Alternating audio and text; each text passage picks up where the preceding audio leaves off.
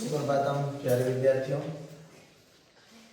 आज हम कारक प्रकरण को आगे बढ़ाते हुए और उपपद विभक्ति जो पढ़ रहे हैं, कारक के अंतर्गत उपपद विभक्ति जो हमारे 10वीं बोर्ड के कोर्स में है, उसमें हमारे 4 नंबर का जो कारक आने वाला है, उसमें से उपपद विभक्तियों में अब तक हमने प्रथमा और माफ कीजिएगा द्वितीय विभक्ति हमने पढ़ ली है पिछली क्लास में।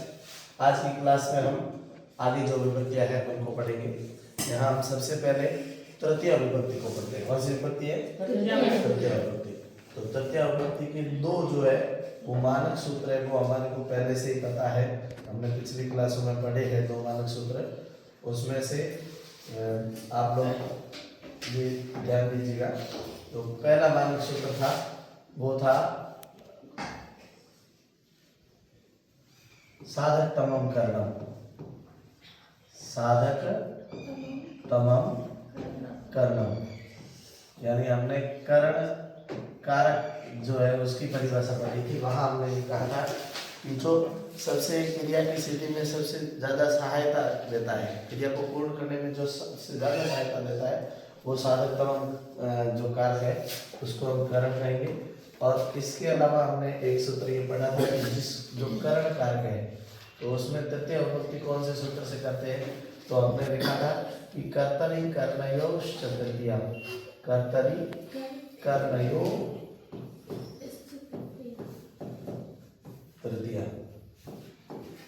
अनुक्त कर्ता में कर्मवाच्य में हमने पढ़ा कि कर्मवाच्य का जो कर्ता होता है वो अनुक्त होता है। तो हमने कल पढ़ा था कि जो प्रथमा विभक्ति से सीधा किसमें चला जाता है? तृतीय विभक्ति। तो वो जो अनुक्त कर्ता है और कर्ण है उसमें तृतीय विभक्ति होती है। ये सूत्र हमने पहले सामान्य जो कारक की परिभाषा में उसमें पढ़े थे, ठीक है। और साधक तमम करणम का हमने एक उदाहरण पढ़ा था कि वह कलम से लिखता है तो सह कल में लिखत, ये तृतीय विभक्ति का। अभी यहाँ हम पढ़ रहे हैं सहयुक्ते अप्रधाने। पहला सूत्र क्या है? सहयुक्ते अप्रधाने। तो सह के योग में अप्रधान जो है उसमें तृतीय विभक्ति है। अब इस सह के योग में अप्रधान कैसे? सह का मतलब होता है साथ में। जब कोई भी एक जो करता है वो क्रिया कर रहा हो तो उसके साथ में अगर कोई दूसरा क्रिया करता है तो दो कर्ता होंगे, तो उसमें से एक प्रधान करता होगा और एक अप्रधान करता होगा। एक को तो जाना ही जाना है, जिसको जाना ही जाना है वो प्रधान है, और जिसको ऐसे ही साथ में जा रहा है तो वो अप्रधान करता हो गया।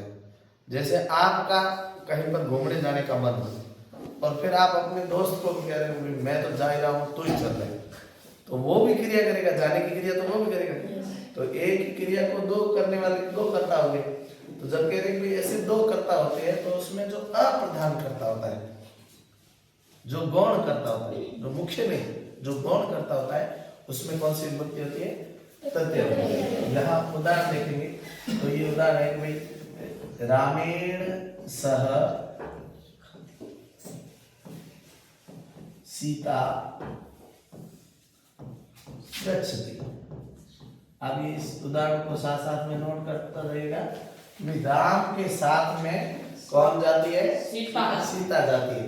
तो यहाँ ये जो गच्छति क्रिया है ये किसके लिए आई है? सीता के लिए आई है। किसके लिए आई है? सीता। हम वाक्य क्या बोल रहे हैं कि सीता जाती है। कौन जाती है? सीता। अब सीता तो जाएगी लेकिन साथ में कौन जा रहा है? राम भी जा रहा है। तो ये रामेण है वो अप्रधान करता है और इसमें हमने कौन सी विभक्ति लगा दी? ठीक है। ऐसे सह अर्थ देने वाले और शब्द हैं। एक तो ये सह लिख दिया, एक अर्थ है साकम। साकम क्या है? तो ये साकम का भी अर्थ साथ में है। एक है समम। कौन सा शब्द है? समम। इसका भी मतलब होता है कि साथ में, सह साकम समम। और एक शब्द और होता है उसको बोलते हैं सार्धम। क्या बोलते हैं? सार्धम। इसका भी मतलब ये होता है कि भाई साथ में है। जैसे मैं आपको ऐसे एक वाक्य देता हूँ, जैसे मैं कहता हूँ कि पिता के साथ में पुत्र जाता है, तो बताओ पिता के लिए जाता है आया है या पुत्र के लिए आया है? पुत्र के लिए आया है, पुत्र जाता है। या मैं किसी कोई वाक्य को यूं बदल दूं कि पुत्र के साथ में पिता जाते हैं, तो ये जाते हैं किसके लिए है? पिता के लिए। तो यहाँ जिसके लिए हम क्रिया को देखेंगे कि भाई क्रिया किसके लिए आई है ऐसा। तो जब मैं ये कहता हूँ कि पुत्र के साथ में पिता जाते हैं, तो मैं लिख दूंगा कि भाई पुत्रेण सह, पिता को कहते हैं जनकः या तातः या पिता भी कह सकते हैं। तो पुत्रेण सह पिता गच्छति, पुत्रेण सह पिता गच्छति, गच्छति। तो पुत्र के साथ में पिता है वो जाते हैं। ठीक है, तो ये आपके कौन से योगदान है? सह से अप्रधान। क्योंकि सह के योग में जो अप्रधान करता होगा उसमें कौन सी विभक्ति होगी? प्रत्यय विभक्ति। ध्यान रखना, ये शब्द आप लोग ध्यान रखना है कि ये जो शब्द है इसमें अप्रधान करता प्रत्यय। तो आपको ऐसा जब एग्जाम में पूछा जाएगा कि रेखा के पद दे देगी जैसे रामायण, तो आपको पता लगाना है भाई रामायण में कौन सी विभक्ति आई है और कारण उसका पूछेंगे तो ये लिखना है सहयुक्ते अप्रधाने, कारण से रामायण में तथ्य विभक्ति समझ गए? ऐसे अभी अगला है ये नांग विकारेण। क्या है? ये नांग विकारेण। ये नांग, ये का मतलब है जिस अंग के द्वारा, ये का मतलब क्या है? तो इसका अर्थ हम ये लिखेंगे कि भाई जिस अंग के द्वारा विकृत अंग का बोध होता हो, विकार का बोध होता हो, ऐसा लिख दो। जिस अंग के कारण विकार का बोध होता हो, जिस अंग के कारण विकार का बोध होता हो, उस अंग में तृतीया विभक्ति होती है।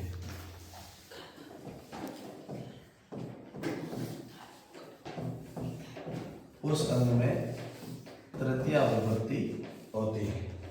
यहाँ आपके सामने एक उदाहरण प्रस्तुत किया जा रहा है जिसमें लिखा हुआ है शिरसा खलवाटः। ठीक है, अब खलवाटः का मतलब हम बोलते हैं तो गंजा। क्या होता है? गंजा, यानी जिसके सिर पे बाल नहीं हो। तो बाल किस पे नहीं है? सिर पर। तो विकृत अंग कौन हो गया? सिर। तो सिर की तृतीया विभक्ति होती है, मूल शब्द होता है सिरस और उसकी तृतीया विभक्ति होती है सिरसा। क्या है? सिरसा। तो सिरसा खलवाट यानी सिर से गंजा है। ठीक है, ऐसे पादेर खंजर। खंजर का मतलब है आपके लंगड़ा। क्या है? लंगड़ा किससे है? पैर से। तो पैर में कौन सी विभक्ति होती? पादेर खंजर।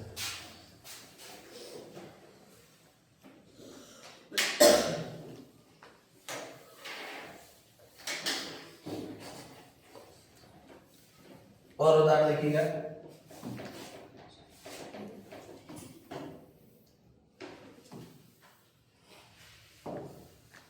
शूरदासः, शूरदासः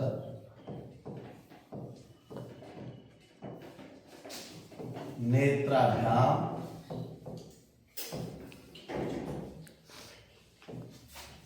अंधः।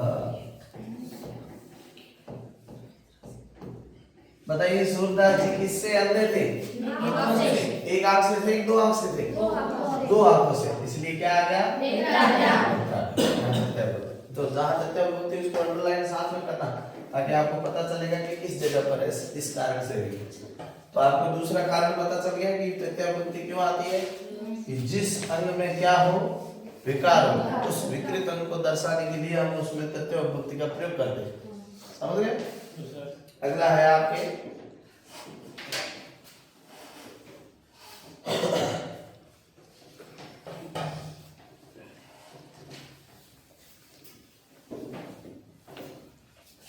हेतु अर्थ है। अगला क्या है? हेतु अर्थ है। हेतु अर्थ है। और हेतु अर्थ में, अब हेतु अर्थ कैसे? देखिए लिखिएगा हेतु। हेतु का है यहाँ, हेतु का मतलब है हेतुवाचक कोई भी शब्द होता है कि भाई इस वजह से, इस कारण से। तो यहाँ उदाहरण है कि पुण्येन हरि दृष्टः, पुण्येन हरि दृष्टः। किससे देखा? किससे देखा? अभी अपने जीवन में उसने पुण्य कर्म किए थे। कैसे कर्म किए थे? पुण्य। तो पुण्य कर्म के कारण उसको भगवान के दर्शन हुए। पुण्य के कारण उसने भगवान को देखा। तो कारणवाची जो शब्द है हेतुवाची, यानी कि कारणवाची शब्द क्या हो गया? पुण्य। तो पुण्य के कारण हम ऐसे बोलेंगे भाई उसको ऐसे तो दर्शन नहीं होने थे, लेकिन किस कारण हुए? पुण्य के कारण उसको भगवान ने वो दर्शन दिए है, प्राप्ति हुई। पुण्य हरि दृष्टः।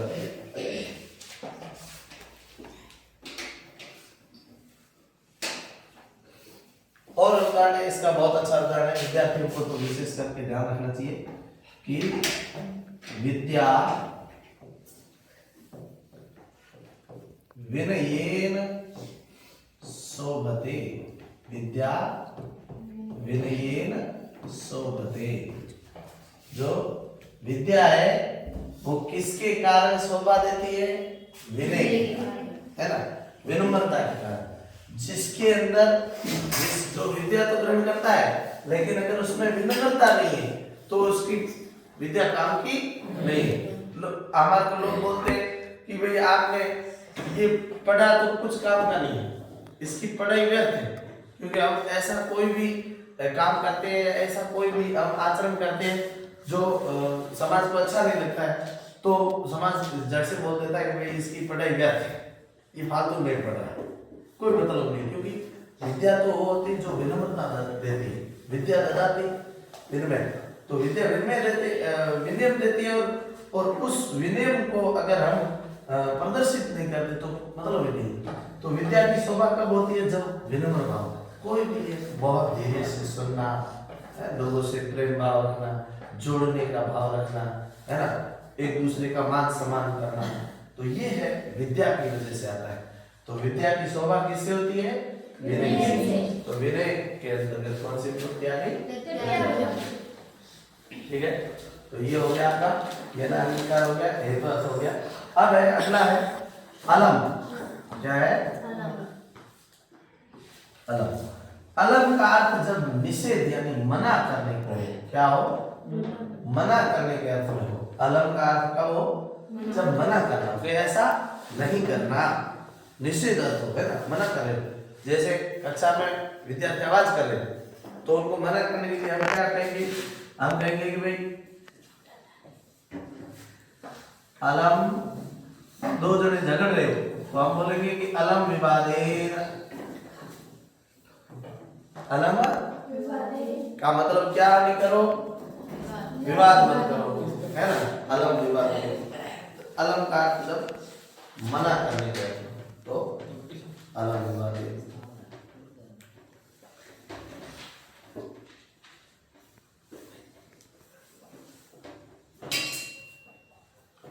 कोई हंस रहा हो, है ना, किसी को देख के कोई हंस रहा हो और आप ऐसी जगह पे बैठे हो जहाँ गंभीरता चाहिए, हंसी मजाक नहीं चाहिए, तो हम क्या कहेंगे? अलम हसीते। क्या कहेंगे? अलम हसीते, कि हंसो मत। ठीक है, तो अलम के साथ में जब हम किसी भी क्रिया को मना करेंगे तो उस क्रिया में ही कौन सी विभक्ति आ जाएगी? ठीक है, लिख लो। ये दिख तो रहा है सभी को? अच्छा, अगला है आपके, ये हो गया।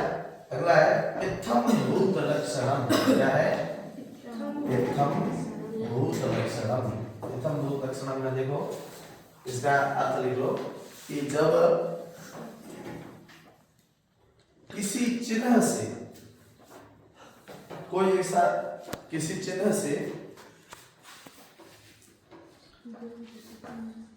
किसी की पहचान होती हो, यानी कोई ऐसा लक्षण है वो दिखता हो, उससे अगर उसकी पहचान होती हो तो वहां हम कह सकते हैं कि क्या हो गया भाई, उस चिन्ह की वजह से उसकी पहचान हुई है, तो उस चिन्हवाची शब्द में तृतीय विभक्ति लगाते हैं। जैसे सह जटाभि तापसी प्रतीयते। सह जटाभि तापसी प्रतीयते। सह का मतलब वह, जटाभि यानी जटाओं से, किससे, बाल बड़े बड़े रखे हुए, और तापसी प्रतीयते तपस्वी प्रतीत हो रहा है। वह किससे तपस्वी प्रतीत हो रहा है, जटाओं से। तो ये इसके एक ऐसा लक्षण है जिसको हम देखते ही कह देते हैं कि भाई वह लंबी लंबी जटाएं रखी हुई है, दाढ़ी वगैरह बढ़ी हुई है, तो ऐसा लग रहा है जैसे कोई तपस्वी है। क्या है, तपस्वी। तो जटा भी तापसी प्रतीत। यहाँ जटा भी में कौन सी विभक्ति आ गई, है ना। और भी आप इसका उदाहरण ये लिख सकते हो, जैसे आप ये लिखो कि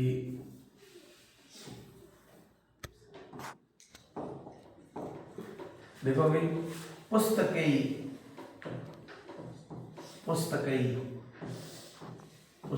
ही छात्र प्रतीयते। पुस्तकई छात्र प्रतीयते।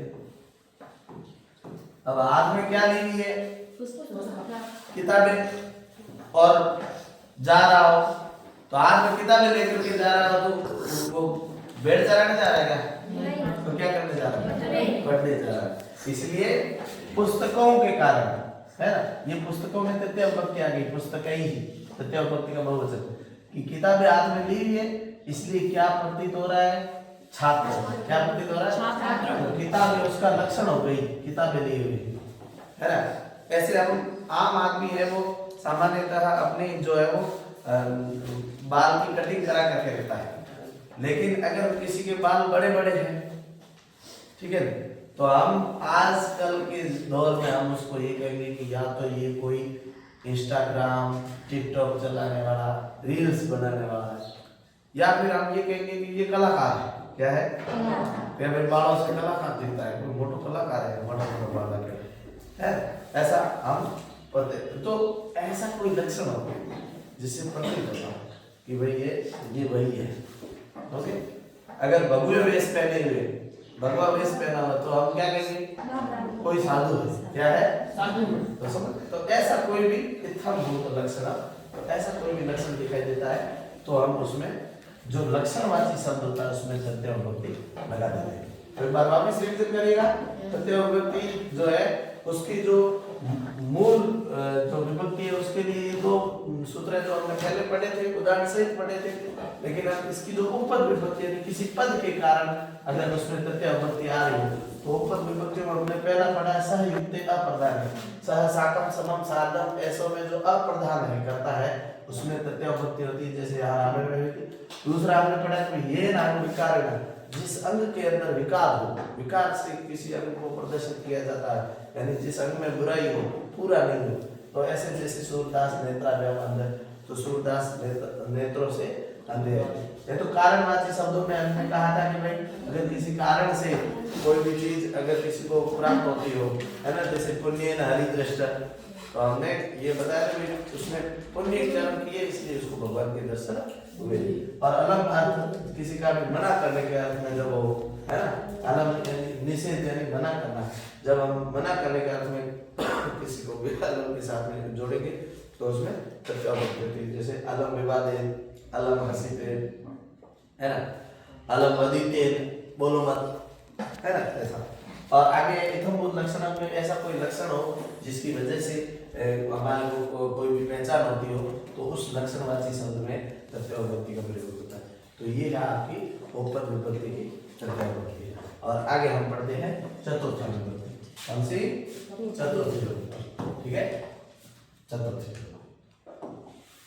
चतुर्थी विभक्ति देखिएगा, चतुर्थी विभक्ति के हमने दो पहले से ही सूत्र पढ़े थे। चतुर्थी विभक्ति के दो सूत्र हमने पहले से ही पढ़े थे। पहला सूत्र कौन सा था? पहला सूत्र ये था कि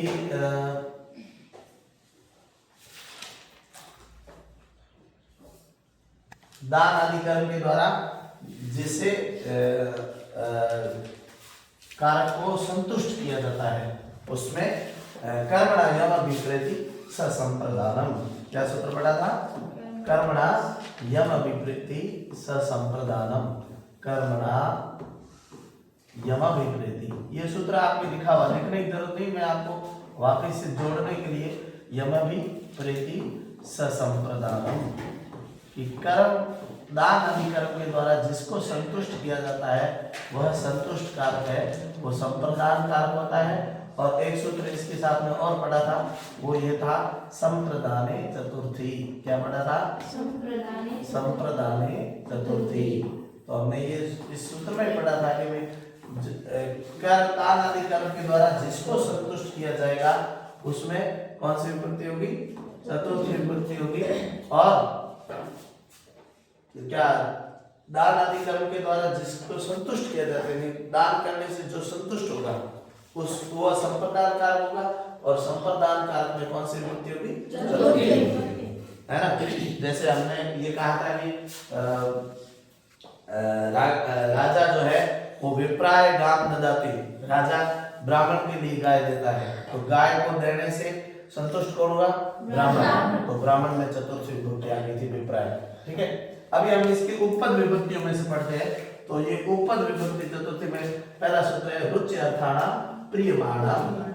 इसका अर्थ लिख दो, रुचि अर्थ वाली धातुओं का, रुचि अर्थ वाली धातुओं का प्रयोग होने पर रुचि अर्थ वाली धातुओं का प्रयोग होने पर जो प्रसन्न होने वाला है, जो प्रसन्न होने वाला है, प्रियमाण का मतलब जो प्रसन्न होने वाला है,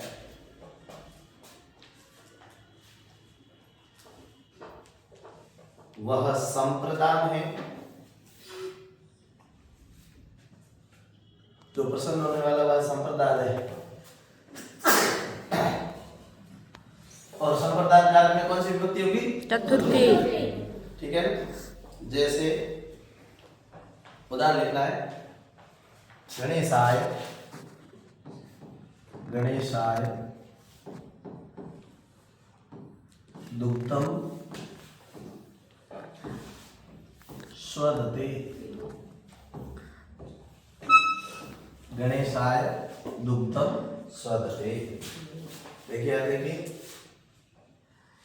गणेश को या गणेश के लिए दूध है वो स्वादिष्ट है। स्वदते का मतलब क्या है? स्वाद देता है। तो दूध स्वाद किसको देता है? दूध अच्छा किसको लगता है?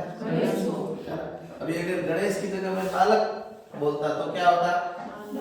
बालकाय दुग्धम स्वदते। और लिखो, भक्ताय, और उदाहरण लिखो, इसमें देखो भक्ताय रामायणम रोचते, भक्ताय रामायणम रोचते।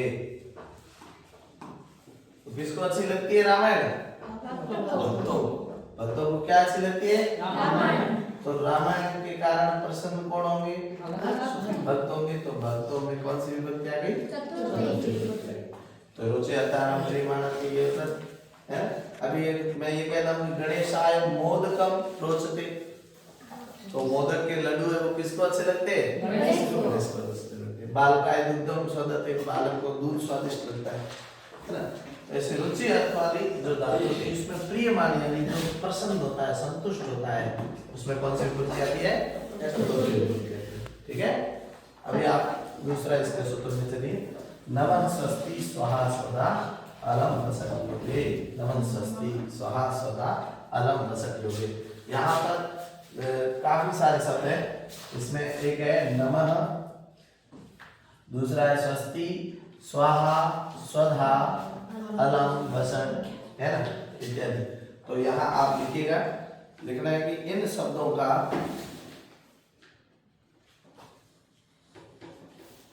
इन शब्दों के योग में चतुर्थी विभक्ति होती है।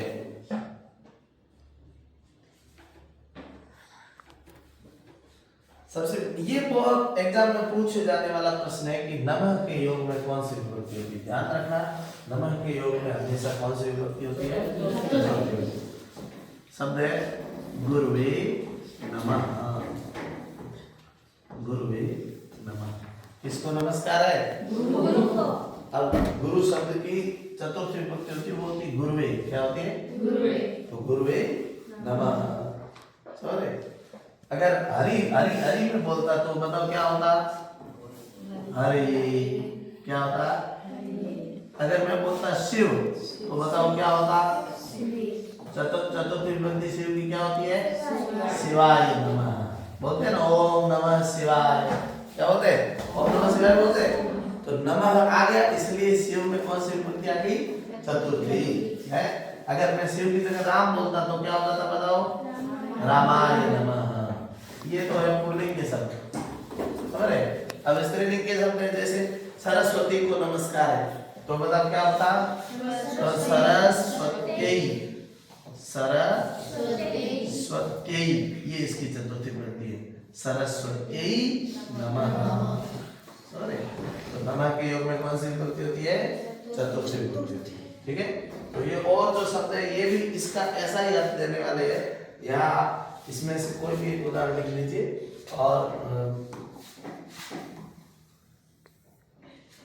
और देखिए, इसके अलावा देखिए हम कहीं पर आहुति देते, क्या करते हैं? आहुति दी। यज्ञ में आहुति वगैरह देते हैं तो हम जैसे कहते हैं भाई यज्ञ में आहुति देते तो हम अग्नि को आहुति देते हैं, तो हम क्या बोलेंगे? अग्नये स्वाहा। क्या बोलते हैं? अग्नये स्वाहा। समझ रहे? तो अग्नि को क्या है? समर्पित है, आहुति है। तो अग्नि में कौन सी विभक्ति आ गई? चतुर्थी।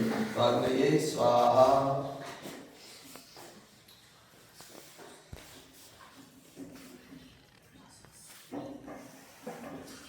स्वस्ति शब्द का मतलब होता है कल्याण। क्या होता है? कल्याण। तो मैं ये कह सकता हूँ कि भाई प्रजाभ्यः स्वस्ति, प्रजाभ्यः स्वस्ति। क्या मतलब हो गया?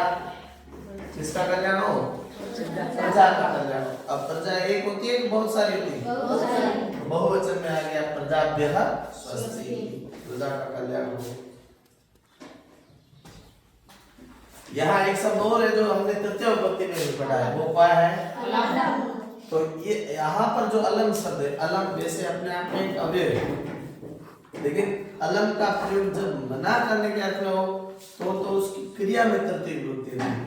अब यहाँ अलम का अर्थ है पर्याप्त। क्या अर्थ है? पर्याप्त, है ना? हम बोलते हैं भाई दो चार जने लड़ने आ जाए, वो थकोड़े हो और सामने एक जने हटा कटा हो तो अकेला क्या बोलता है? वो अकेला ही गणो, मैं अकेला ही इनको पर्याप्त हूं। तो आप इसका जो है उदाहरण है, एक ऐसा लिखे उदाहरण लिखिए जिसमें लिखिए भाई दैत्येभ्यः यानी राक्षसों के लिए, दैत्येभ्यः हरि अलम।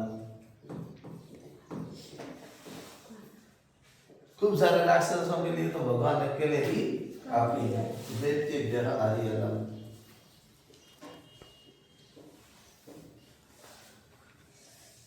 समझ रहे?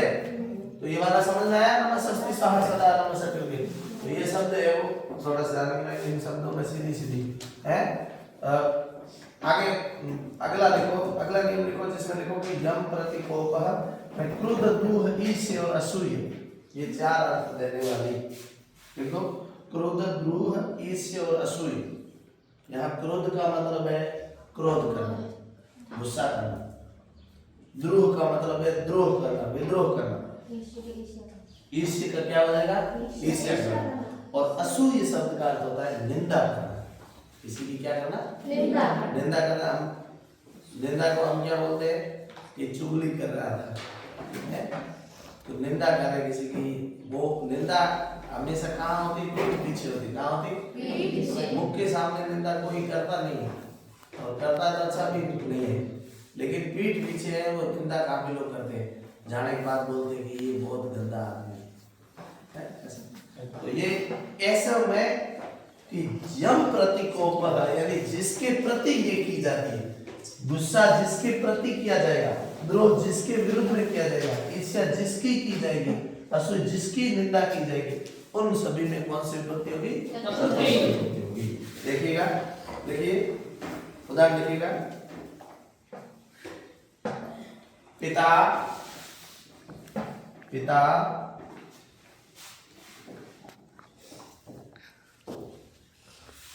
पिता, पुत्राय क्रोधयति। पिता किस पे क्रोध कर रहा है, पुत्र पे, तो क्रोध किसके प्रति हुआ है, पुत्र के प्रति हुआ, तो चतुर्थ विभक्ति का प्रयोग किसमें होगा, पुत्र में, पुत्राय क्रोधयति। और उदाहरण देखो इसके,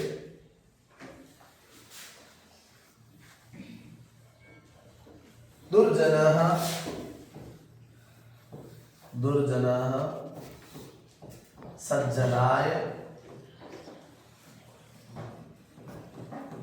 सज्जनाय ईर्ष्यति।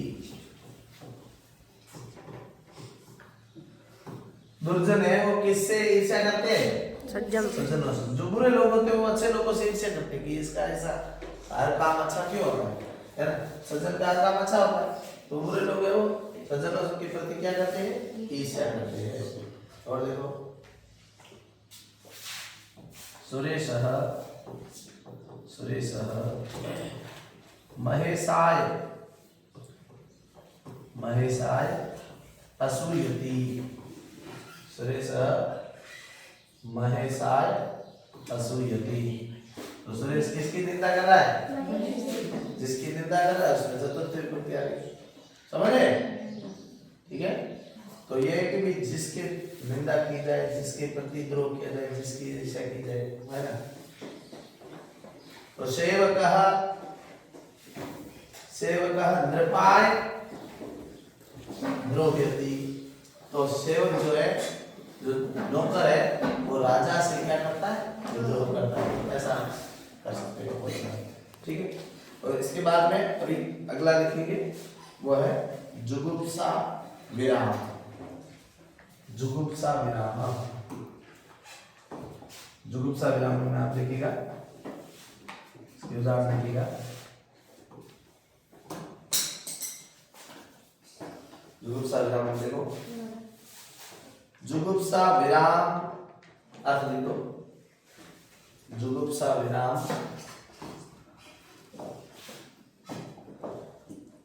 और लिखिएगा प्रमाद अर्थ वाली, प्रमाद अर्थ वाली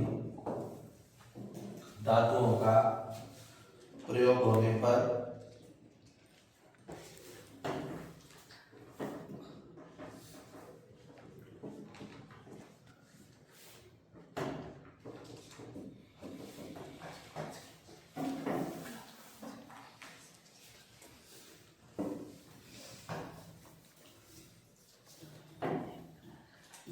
चतुर्थ विभक्ति में जुगुप्सा विराम, ये नहीं लिखेगा,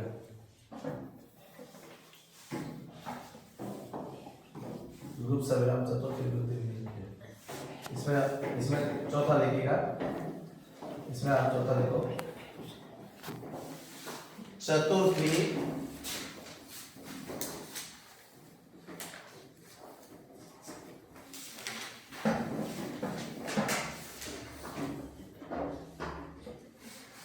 तादर्थे,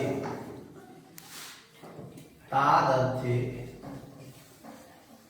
तादर्थे चतुर्थी वाच्यम, तादर्थे चतुर्थी वाच्यम। इसका अर्थ लिखना है, जिस प्रयोजन के लिए, जिस प्रयोजन के लिए कोई क्रिया की जाए, जिस प्रयोजन के लिए कोई क्रिया की जाती है,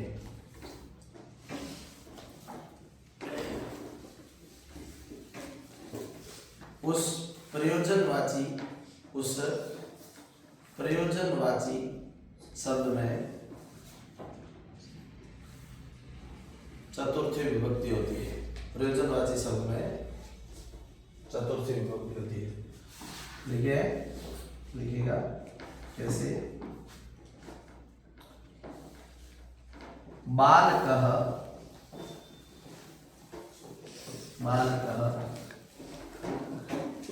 गाय क्रंदति। क्रंदति का अर्थ होता है रोता है। कौन रोता है?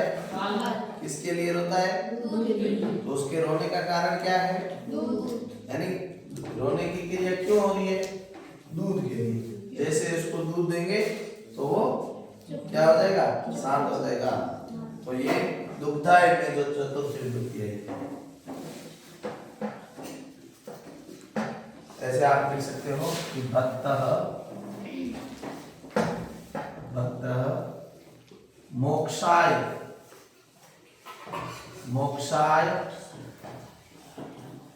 हरिम भजति। अरे भाई, भक्त जो है वो भगवान के भजन है, वो क्यों कर रहा है? क्योंकि उसको क्या प्राप्त करना है? मोक्ष प्राप्त करना है। ठीक है, तो भजन करने का कारण मोक्ष हो गया है। तो कोई भी क्रिया करने का अगर कोई प्रयोजन कारण है तो उसमें चतुर्थी विभक्ति होती है। ठीक है, ये विशेष ये है जो आपको बड़े ध्यान में रखने हैं। ये चतुर्थी के जो है वो ये दिन है। ठीक है, तो ये एक बार वापस रिपीट कर लेते हैं। देखिए, चतुर्थी विभक्ति हमने कहा था कि भाई संप्रदान कारक की परिभाषा क्या है? तो कर्मणा जन्म से संप्रदान कारक के द्वारा जिसको संतुष्ट किया जाता है वो संतुष्ट कारक वो संप्रदान होता है। और संप्रदान में चतुर्थी सूत्र से संप्रदान में कौन सी विभक्ति आती है? चतुर्थी विभक्ति आती है। तो इसमें हमने इसके अलावा उपपद विभक्ति में हमने पढ़ा कि रुचि अर्थवादी धातुओं का प्रयोग होने पर तो स्वदते, रोचते, है ना, ये रुचि अर्थवादी धातु है। ठीक है, तो गणेशाय मोदकम रोचते, गणेश को मोदक के लड्डू अच्छे लगते हैं। मोदक की जो स्पेशली मिठाई होती है वो गणेश जी के लिए होती है। तो मोदक भोग लगावा जी, ऐसा गणेश जी को बोलते हैं। तो जो मोदक है वो गणेश जी को रोचते हैं। बालक को है वो दूध अच्छा लगता है। भक्तों को वो रामायण अच्छी लगती है। तो ये रुचि अच्छा प्रिय मान, जो प्रिय मान यानी जो खुश होना, प्रसन्न होने वाला कार्य है, उसमें चतुर्थी विभक्ति होती है। फिर हमने पढ़ा कि नमः स्वस्ति स्वाहा सदा अलम वसत हुए, है ना। तो ये जो सारे जो शब्द है ये आहूत करने के लिए, समर्पित होने के लिए किए जाते हैं। जैसे नमः है तो नमस्कार किया जाता है, स्वस्ति का मतलब कल्याण हो, है ना। स्वाहा का मतलब समर्पित करने, स्वधा का मतलब यही होता है ना। और वसत का मतलब यही होता है स्पेशली, है ना। जैसे इंद्र को है वो बारिश के लिए प्रसन्न करना हो तो जो इंद्र को आहुति दी जाती है उसके लिए बोलते हैं इंद्राय वषट, है ना। इंद्र को समर्पित हो, है ना। ये हम आहुति इंद्र को दे रहे हैं, इंद्र भगवान वर्षा करते हैं, ऐसा। तो ये और इसके बीच में एक शब्द आपने पढ़ा अलम, इसका अर्थ अगर पर्याप्त अर्थ में हो तो जैसे लिखा है मैं उदयते हरि अलम, है कि राक्षसों के लिए तो भगवान अकेले ही आती है ना। तो ये पर्याप्त अर्थ में हो। फिर है यम प्रतिकोपः, और कौन सी क्रोध, द्रोह, ईर्ष्या और असह्य, ये चार धातुओं का प्रयोग होने पर जिसके प्रति कोप किया जाता है, जिसकी निंदा की जाती है, जिससे द्रोह किया जाता है, जिसकी ईर्ष्या की जाती है, उसमें चतुर्थी विभक्ति होती है। जैसे हमने पढ़ा था कि पिता पुत्राय क्रोधयति, है, पिता पुत्र के लिए क्रोध करते हैं। और लास्ट में हमने पढ़ा कि चतुर्थी तादृशवचन, ये देता है कि भाई किसी कारणवश अगर कोई क्रिया की जाए तो उस क्या कहते हैं कारण में चतुर्थी विभक्ति होती है। जैसे भक्त मोक्षाय भजति, तो भक्त जो है वो मोक्ष के लिए भगवान को भजन करता है, तो मोक्ष में चतुर्थी विभक्ति होती है। बालक दूधाय क्रंदति, बालक दूध के लिए होता है तो दूध में चतुर्थी विभक्ति होती है। ठीक है, तो ये है आपका तृतीय और चतुर्थी विभक्ति।